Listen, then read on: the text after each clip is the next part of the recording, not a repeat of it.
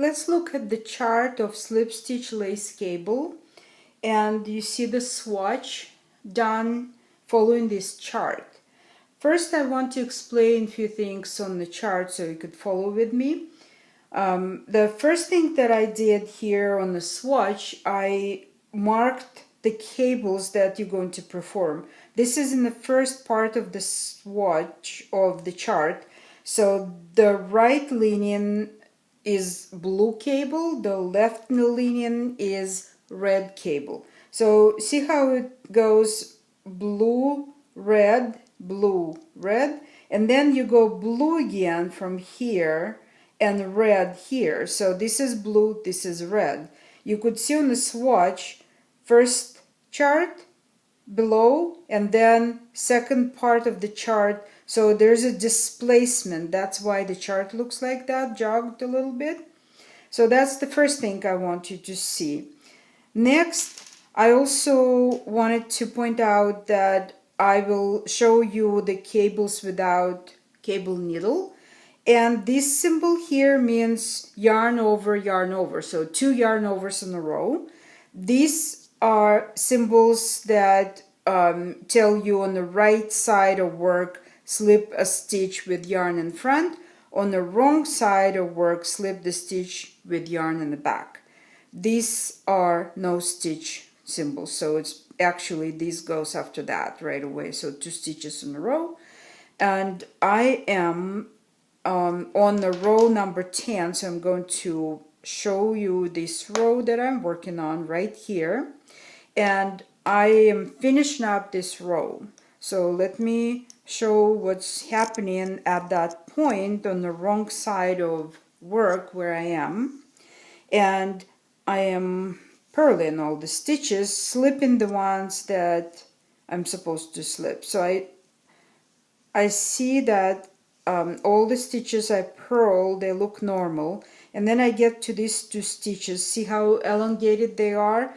That's because if I take them off and I lean like that, you see all the strands that I was taking off, slipping the stitches, and those are the floats. Sometimes they are done with the yarn in front, sometimes with the yarn in back, but they all are showing on the right side of work. So this is last time I'm slipping these stitches with yarn in the back, so I'm not showing that here, and I purl, and I'm a continental knitter, so you probably will have no problem doing it yourself, whatever method you're using to knit, because you see how it's formed. And so I'm going to finish all the way, and it just purls all the way through. And when I turn my swatch, I'm on the right side of work, and what I'm always doing, I'm checking the length of that float, so it has to be not bunched up like the last one that you see here.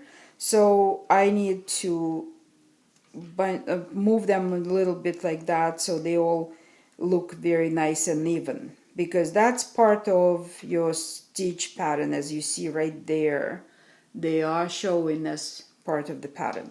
So I'm moving my marker of the row to row 11, and it's a right side row,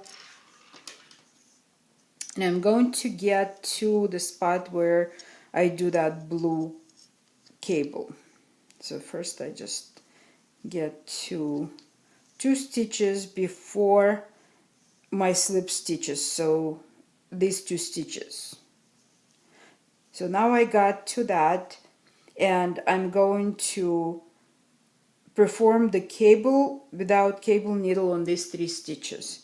First stitch out of slip stitches, I pick it up, and if it's hard, I kind of, help this way and then go in, and then I kind of pull it all across these 2 stitches, knit normally, move that without taking off anything from the needle, and now I knit these 2 stitches.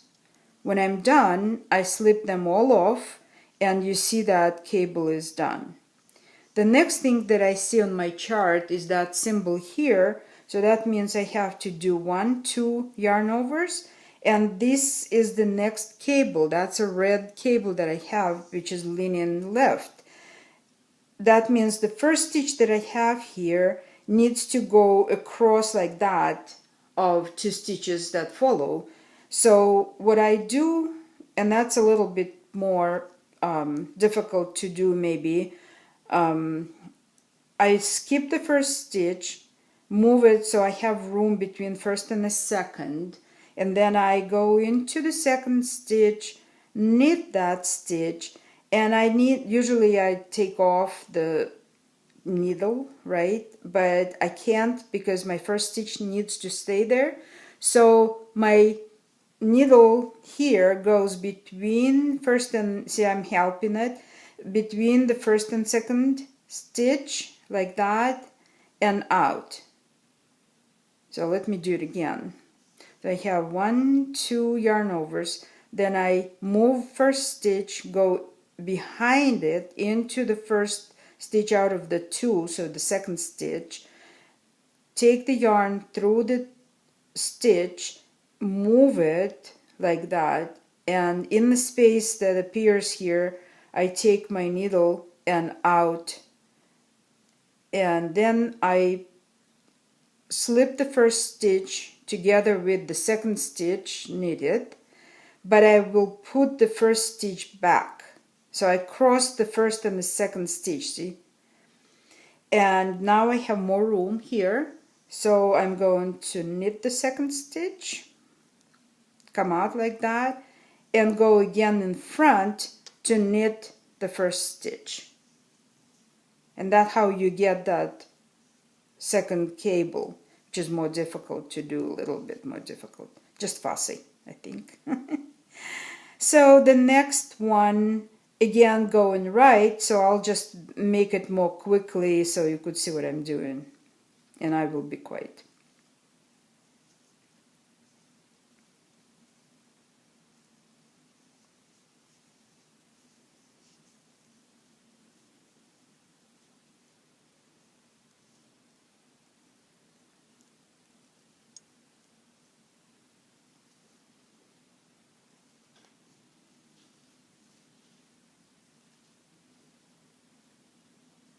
And here it is. So this is done, and now I am going to knit maybe 2 more stitches so I can show you what I'm going to do with the next row, which really says purl on this side, but because of those 2 yarn overs, here's what's happening there. So I'll just take this off and purl to the point where I have my 2 yarn overs. Here it is. I can see them. So you undo it, put it back, and purl.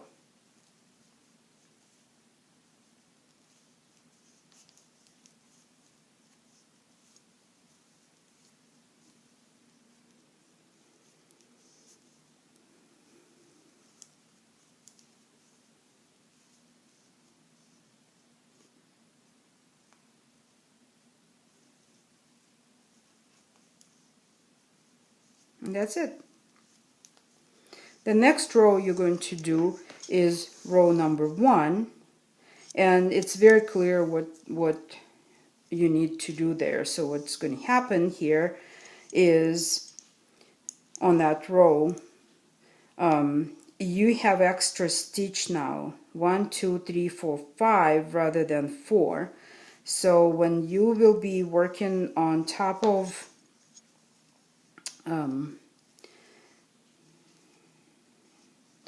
that's your first stitch right there, which will be like that.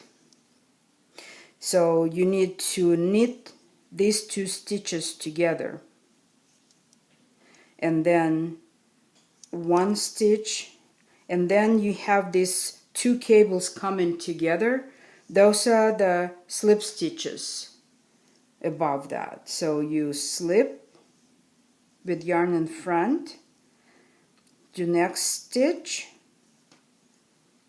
in the next stitch, and you could check your float as you go. And these two is your stitch number 1, where you knit them together.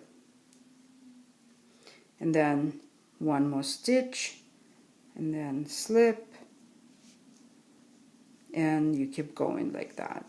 So here's what's happening now. So you end up with 4 stitches now, again, as you need for your stitch pattern. And that's it. That's how you go and get this beautiful stitch pattern.